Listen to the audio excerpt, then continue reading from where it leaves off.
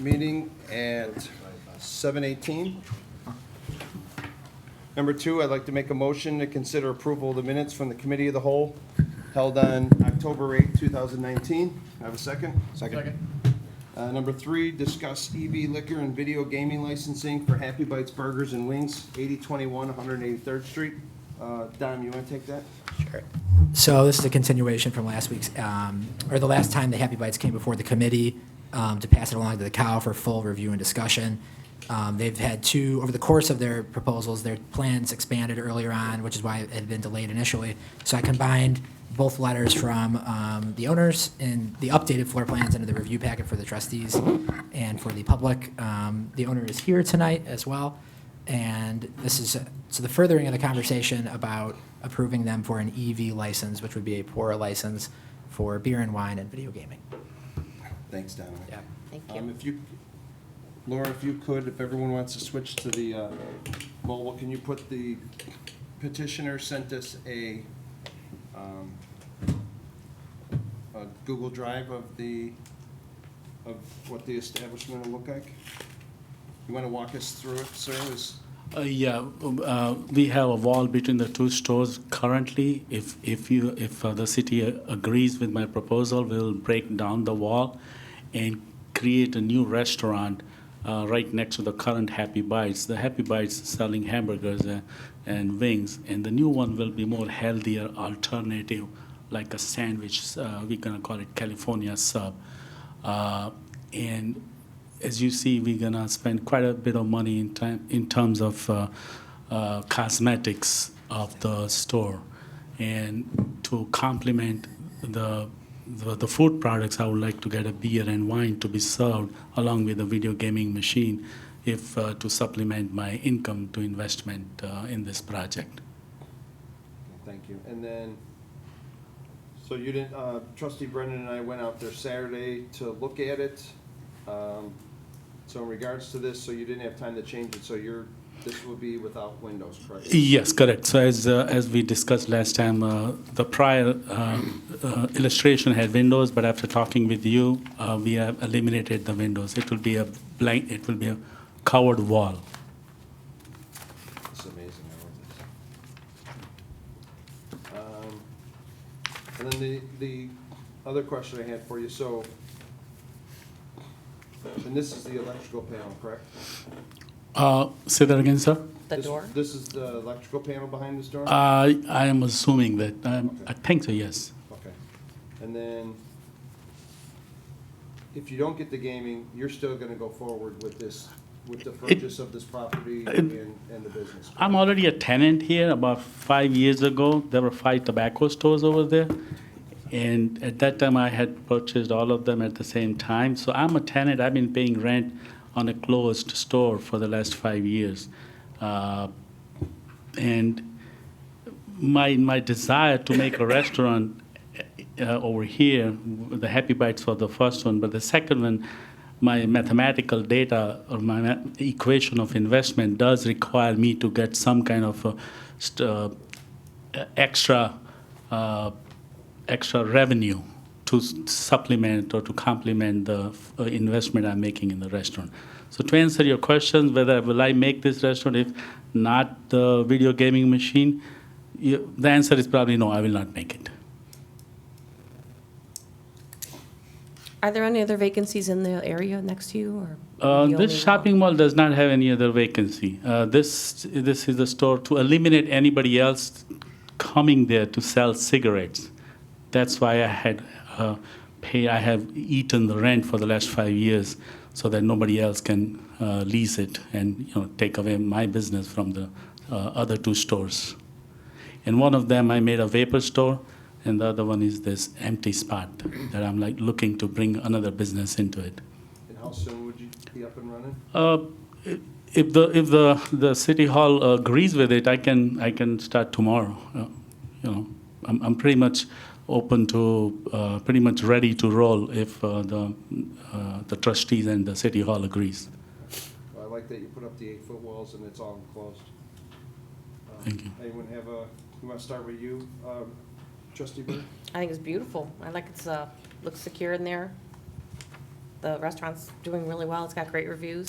Yeah, thank you. Yeah, I'm glad that the customers and Tinley Park residents have loved the food we make for them, and we were featured on WGN for Chicago's best burger place. Yeah, that's great. We appreciate that too. Thank you. And I hope you guys are my customers too. Trustee Galante? We will be once the California side of the healthy. We- Then I that- will be a customer. Yeah, we want to get both people who like taste and people who like health. That's great. I love that you're doing that. Well, There is a they lot don't of mingle. healthy food. Unfortunately, they don't mingle. It's one or the other. That's the sad part of it. No, it's healthy food is, it's still healthy, it's tasty. I vote for taste. I vote for health, and I second that the motion. older you get, you're gonna really say. Do we know how much percentage is gonna be coming from his, sales from your business? Say compared that to- again? What is the breakout of what you expect to earn from your revenue from your business compared to the revenue from these gaming machines? I haven't done exact mathematical, but to give you a rough idea, my investment is close to around $200,000 to make this place look the way it is shown on the pictures.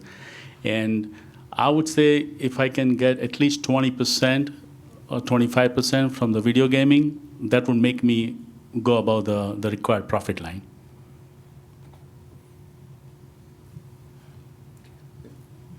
Counselor Conley, want to add anything?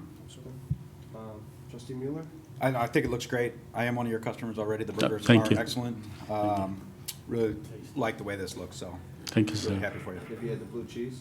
I had the bacon one and then the blue cheese one, I think, as well. So you're going for taste. Yeah. Trustee Brennan? How many we got for taste and how many for health? Taste. No, I liked what I saw on Saturday. We visited for quite a while, and my only question is, how long have you actually been there, and how long has Happy Bites been there?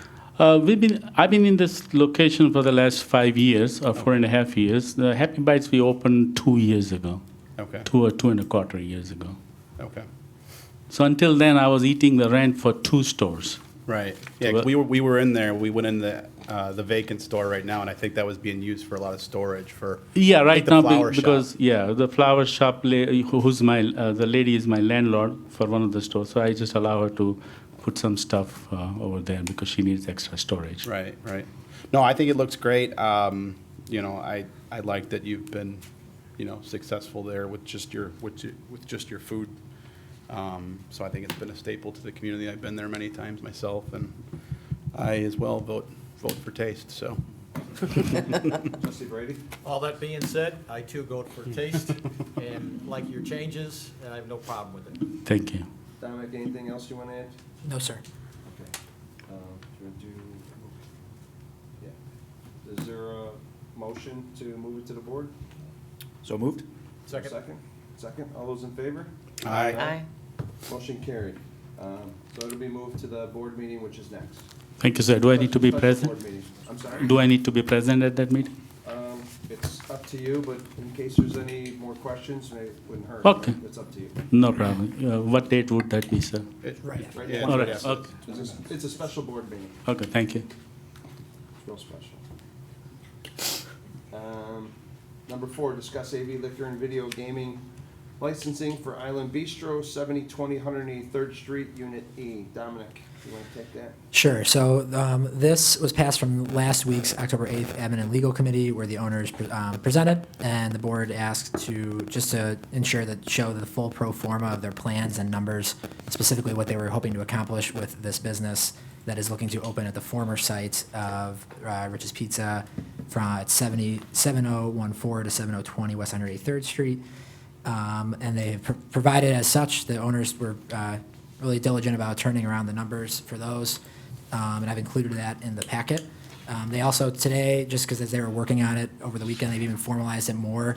What they submitted to me, they formalized in a paper form here, but it's the same numbers revenue, but it's just expanded with a menu as well. But they did, so the condition from last week was that they submit some more hard information about expected revenue splits and et cetera, the pro forma. which they did, and that is now in the memo. The petitioners are also here tonight as well for questions. Is that it, Don? Yes. Trustee Burke, do you, I didn't get a menu in my packet. Is there? No, so the menu portion I was didn't see submitted. any documents really on this? So the menu portion was submitted today, so that is not part of the packet, because they had, I believe, do you want to speak to it? We delivered additional copies. Yeah, If you so, pass those around. so I've got those here. So the menu was not part of the initial packet submitted by Friday, but the numbers wise, that was in her additional second letter. okay, do you want to pass them around? Yes. Thank you. Now ours go for health and taste. Healthy taste. Well, the documents I was reviewing, I wasn't sure who is the operator of the business. Everything is signed by Tiffany Perkins. And Yes. I understand you're the leasee, so who is the operator? No. The owner of the complex is Tinley Point Center 2 LLC. Right.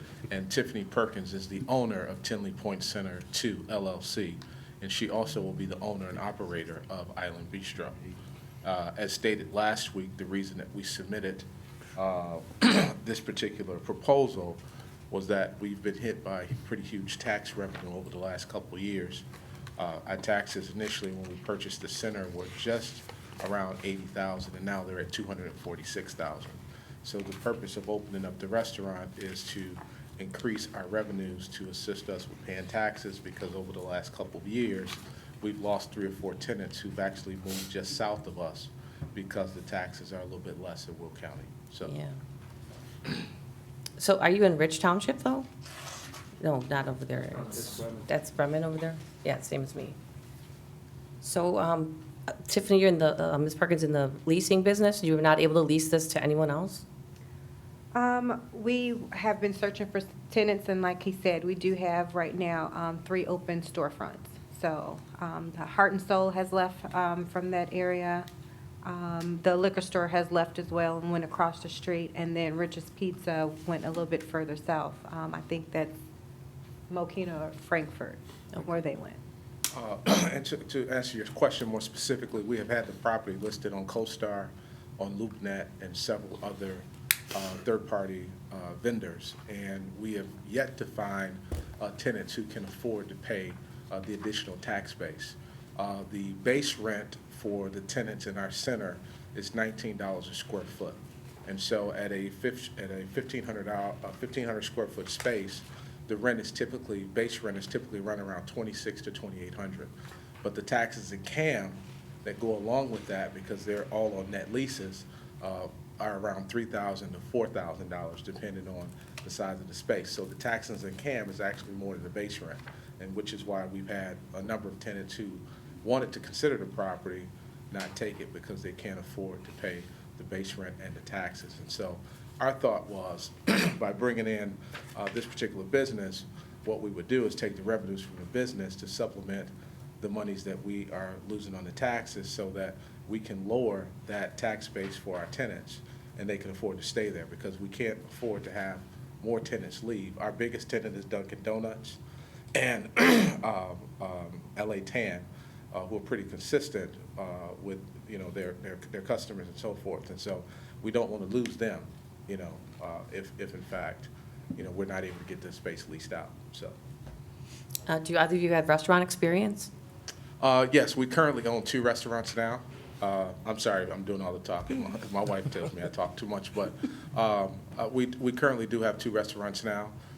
They're called Jerk and Go, which are fast food restaurants that serve mostly Jamaican food.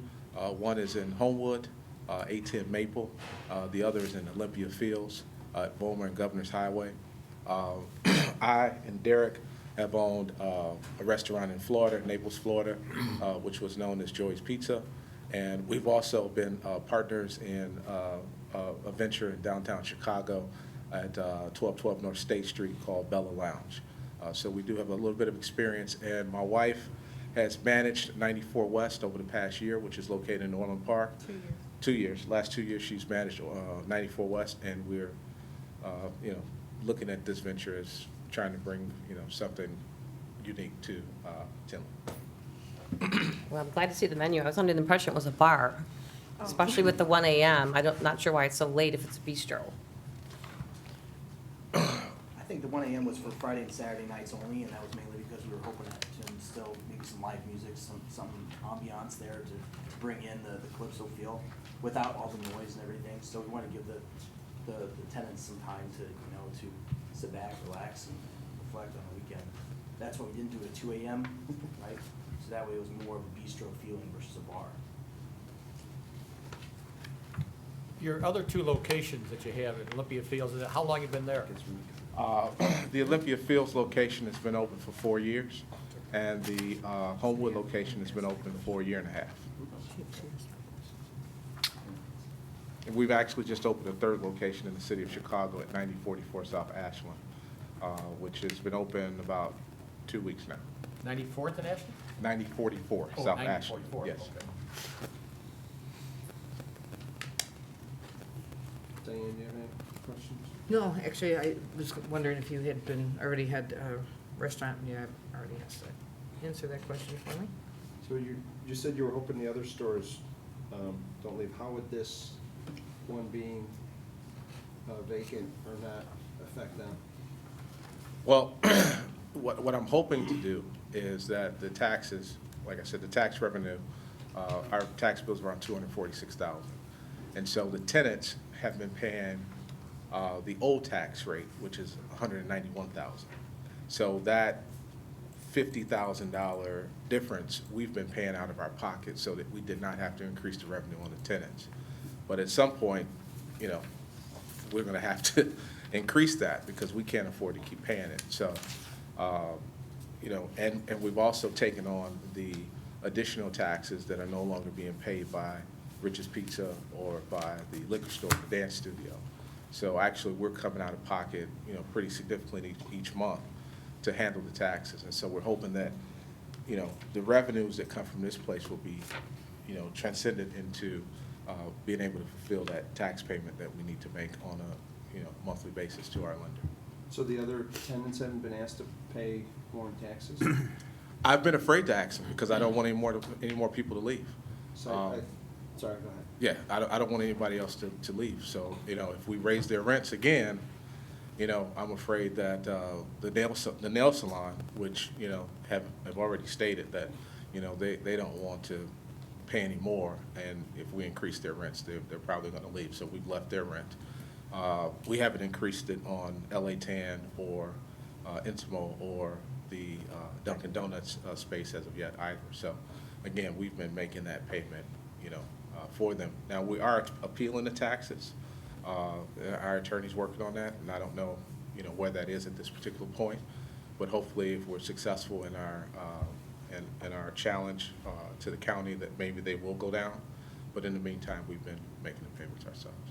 Okay, because I thought the last meeting, correct me if I'm wrong, I thought you said it was a pass-through, and you were charging the other tenants the extra tax. Well, the taxes is a pass-through. Yes, it's passed directly through to the tenants.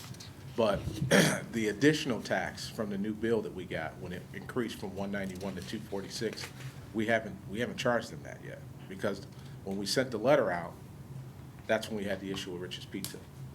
And then that's when we had the issue with the liquor store as well. So knowing that they couldn't afford it and they decided that they were going to leave, we decided not to increase the taxes on the other tenants just yet, just to pay it ourselves. So, Okay, so the way I understood that is, like you said, it was a pass-through, you were charging them. So the Rich's Pizza and what was the other one? Tinley Park. Dance Studio? yeah. Heart and Soul. Heart and Soul, And yeah. the other ones, they weren't asked to pay any additional tax? Again, Heart and Soul has been unable to pay the taxes since we purchased the center. So, you know, it was rough on her because she said that, you know, since the recession, she was not getting the type of clientele that she was prior to, you know, the recession. So, you know, we had to do a, what do you call, modified lease with her and allow her not to pay the taxes.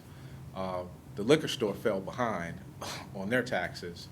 And so upon the eviction, I think we got a judgment against them for about $120,000 is what they owed us at the time that they left.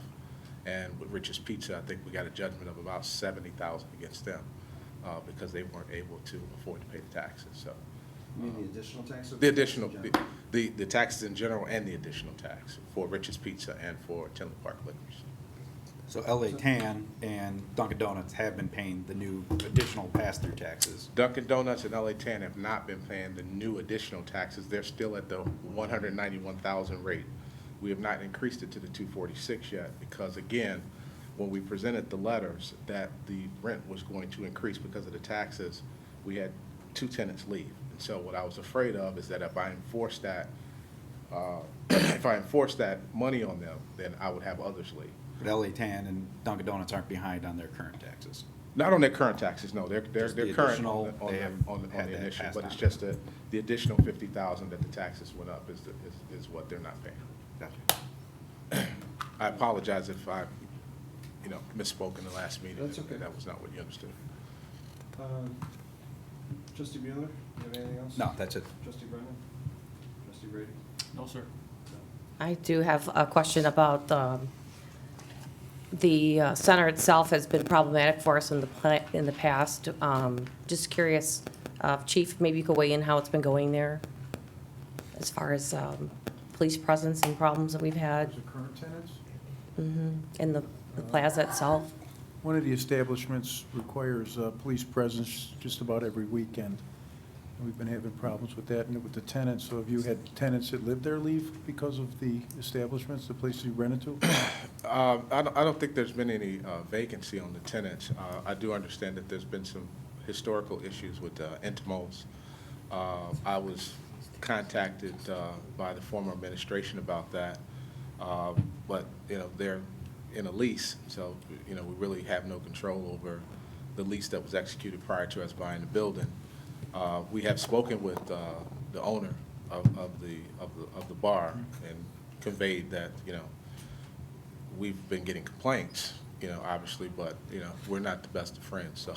And if you're asking if we can duplicate the clientele from Intimos into Island Bistro, that's not the case, no. Well, it's nothing to do with the clientele, it's just No. about, issues outside that create noise, for the people that live above. So obviously, to the extent this is forward, there's gonna be zero tolerance for noise, you're gonna have Yeah, to get a way to get people out, in and out quietly. Our idea was to create a family-friendly environment Sure. in terms of the restaurant that we have there, and that late-night bar crowd is not what we're looking for. My wife and I have 7 children, so we can't afford to be out late at night. So Well, we're just trying to protect you as a business owner as well. And you own the plaza, so, yes, yeah, but like I said, we've consulted with him and made our concerns and addressed those with him. But his attorney contacts us and says, hey, we have a lease, and until our lease is up, there's not, we're not leaving. So I mean, it's that's pretty much all the control that we have in terms of the lease agreement between that establishment and Tinley Point Center. So, and which we inherited, obviously. They've been there since, what, 2002, I believe, or 2003. So we didn't acquire the center until 2016, so. thank you. Anything else? Nope. Dominic, you have anything else you want to add? No, sir. Do you have a motion to move this to the board? Second. You need a I'll move motion? it. You did? Okay. All those in favor? Aye. Motion carries. Item 5, discuss Illinois County's risk management. Thank you. Thank you, folks. Thank you.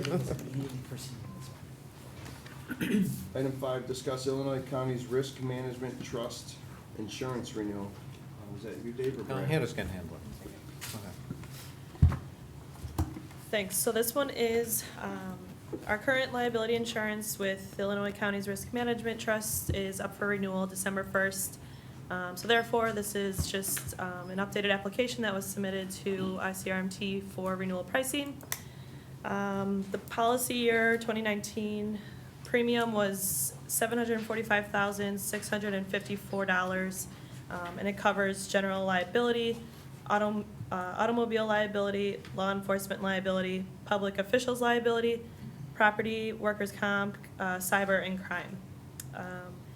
So of those coverages, the current deductibles, they vary between $100,000 and $150,000, dependent on the type of liability insurance, while workers' compensation is at $300,000. These higher deductibles are typically due to the village's size, exposure levels, and loss history.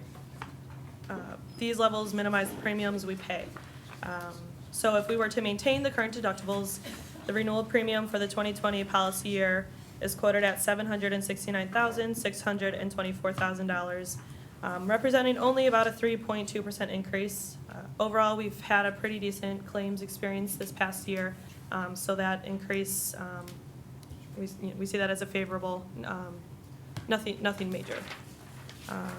We did ask for quotes at a reduced deductible of $50,000, and our insurance broker informed us that this lower deductible would increase our premium about 20%, or approximately the premium would be quoted then at $925,000. So staff recommendation is to maintain current deductibles and renew our insurance, but this is up for discussion. Anyone else have any questions? No, I think covered it pretty good. I think, Dave, if we could keep an eye on our workers' comp expenses and see what our total out-of-pocket expense is gonna be. We seem to have had a pretty good year with this policy. The only discrepancy that I saw was with the property premium. I think that was because of an appraisal they did. The premium went from 47,000 to 71,000. It was almost like a 50% increase, so. But I understand after we signed up with them, we did they did an appraisal mid-year, correct? Yeah. So, but yeah, if we could just keep an eye on the workers' comp expenses that are under our deductible, I think that would make the most sense. And then we got some of the information that you asked, so I can get that out to the whole board, so. Okay. Looks like the premium expense estimate is minus 1%, so that's really good. Thank you. Thanks, Great. for putting that together. Thank you. Anything else? Can I have a motion to move it to the board? I'll make a motion to move to the board. Second? All those in favor? Aye. Motion carries. Number 6, receive comments from the public. Anyone wish to address the committee of the whole? Let the record reflect there are none. We have a motion to adjourn. Make the motion. Second? Second. All those in favor? Aye. Aye. We are adjourned. We'll be back in 5 minutes.